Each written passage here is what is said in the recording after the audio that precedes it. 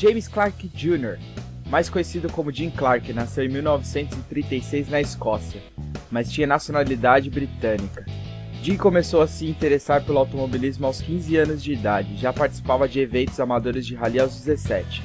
Quando completou os 20 anos em 1956, idade mínima exigida em seu país naquela época, Jim começou a participar de competições de verdade. Conhecido pela vizinhança como um idiota local, por escolher a profissão de piloto, Jim Clark quase venceu em sua primeira participação na famosa 24 Horas de Le Mans, em 1959.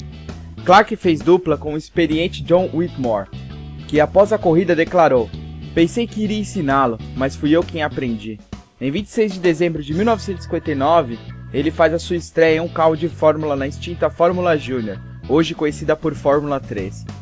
Após 50 vitórias em rallies, corridas de carros de esporte e turismo, Jim começa a correr nas categorias de Fórmula, sem deixar de participar de outros tipos de competição automobilística.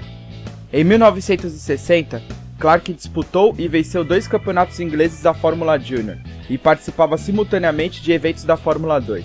Em agosto de 60, ele alcançou a sua primeira vitória na categoria e chegou à Fórmula 1. Nesse primeiro ano na Fórmula 1, seu desempenho foi considerado muito bom e ótimo para o estreante, mas quem o conhecia sabia que ele tinha rendido muito menos do que podia.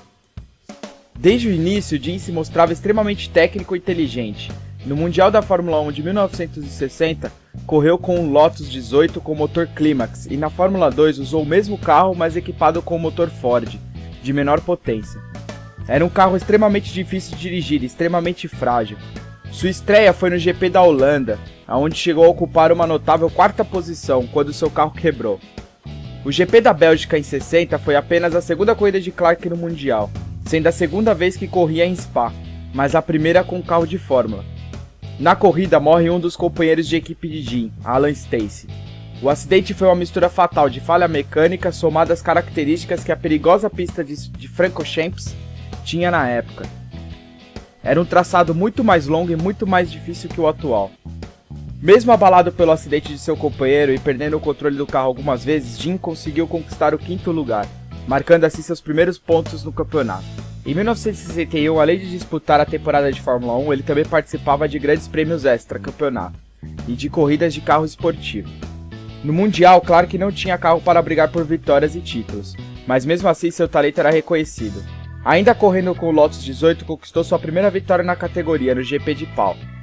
Na penúltima corrida do Mundial em Monza, na Itália, Jim fez uma largada brilhante, mas no início da segunda volta chocou-se com a Ferrari 156 do Conde von Trips, líder do campeonato e grande favorito ao título. No choque, o piloto alemão e mais 14 espectadores morreram. Clark sentiu que von Trips era o responsável pelo acidente, mas preferiu ficar quieto.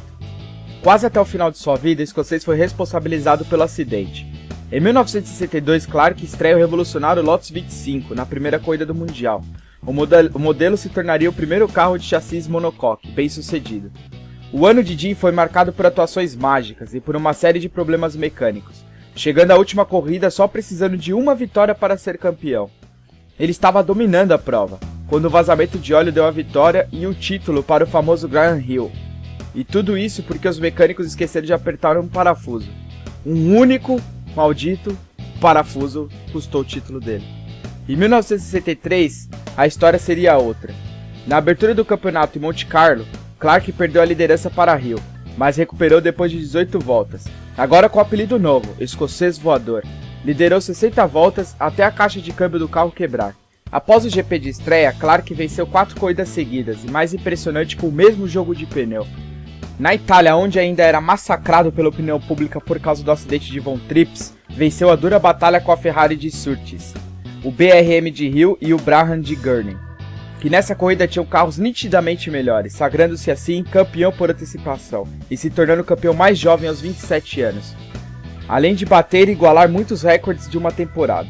Parecia que o campeonato de 64 iria ser igual ao de 63. Clark chegou à metade do campeonato como líder quando foi dito que ele estrearia a Lotus 33. Ele achava que era prematuro usar a nova Lotus, além de se sentir mais confortável a velha e leal Lotus 25. Nas 3 corridas seguintes ele abandonou por motivos mecânicos do novo carro, e em nenhum momento ele tinha chance de vitória nessas 3 corridas. Ele teve mais algumas falhas mecânicas no decorrer das etapas, lhe custando a vitória do Mundial naquele ano. Mesmo com a perda do título máximo, o ano não foi de todo improdutivo. O escocês voador venceu a BTCC, Campeonato Inglês de Turismo, uma espécie de Stock Car. Ao todo, em 64, Jim Clark participou de 47 corridas. Ao final do ano, Clark recebeu das mãos da Rainha Elizabeth II a OBE, que é uma medalha que representa o posto de oficial da Ordem do Império Britânico. Sim, o cara era embaçado. Em 1965, Jim participou da Copa Tasmania e da Fórmula 2, onde foi campeão nas duas categorias, mas o título mais importante desse ano foi o bicampeonato da Fórmula 1, onde obteve 6 vitórias em 9 corridas, de um total de 10. Nesse ano, Clark abriu mão de disputar o GP de Mônaco para correr em Indianápolis. No total, Clark venceu 23 corridas nesse ano, uma marca muito expressiva para a época, chegando a ser capa da revista Times, uma coisa rara para o automobilismo. Em 1966, foi um ano muito difícil com um novo regulamento de motores 3 litros. A Lotus não conseguiu fazer um carro competitivo e Jim acabou ficando apenas em 6º lugar. No mesmo ano, chegou a sofrer 2 acidentes, sendo que um foi muito grave, quando um pássaro acertou no rosto. Em 1967, a temporada começou com o título da Copa Tasmania, mas problemas no desenvolvimento da Lotus daquele ano tiraram o título da Fórmula 1 de Clark. Mas mesmo assim, o carro impressionou bastante com o novo motor Ford, e tudo levava a crer que Jim seria campeão no ano seguinte. Em 1968, no GP da África do Sul, Jim Clark se tornou o maior vencedor de GPs válidos para o Mundial de Fórmula 1. E essa seria sua última vitória na carreira, pois em 7 de abril do mesmo ano, durante uma corrida de Fórmula 2 em Hockenheim, na Alemanha, Jim Clark morreu quando seu carro saiu da pista e se chocou com algumas árvores. Investigadores concluíram que o pneu vazio foi a causa mais provável do acidente. Chris Amon chegou a dizer: "Se isso pode acontecer a ele, que chance o resto de nós tem?" A morte do escocês voador foi um baque na Fórmula 1, e para a Lotus também, equipe onde Clark permaneceu fiel por toda a sua carreira na Fórmula 1. Foi ele quem tornou a equipe famosa ao lado de Colin Chapman. Em sua carreira na Fórmula 1, Clark obteve 2 títulos, 25 vitórias, 33 pole positions e 28 voltas rápidas, e sempre será lembrado como o melhor piloto da história por muitos apaixonados pelo automobilismo. Bom, galera, é isso aí. Mais uma história de um grande piloto que o automobilismo teve, que a Fórmula 1 teve. Graças a ele aí temos os carros monocoques, graças ao Colin Chapman, que eu vou fazer um vídeo só sobre ele, que era um gênio. Beleza? Então se gostaram, já sabe, deixa seu like. Se gostou mais ainda, se inscreve. E não esqueça de compartilhar com os amigos aí, vamos espalhar a palavra, beleza? Valeu, falou!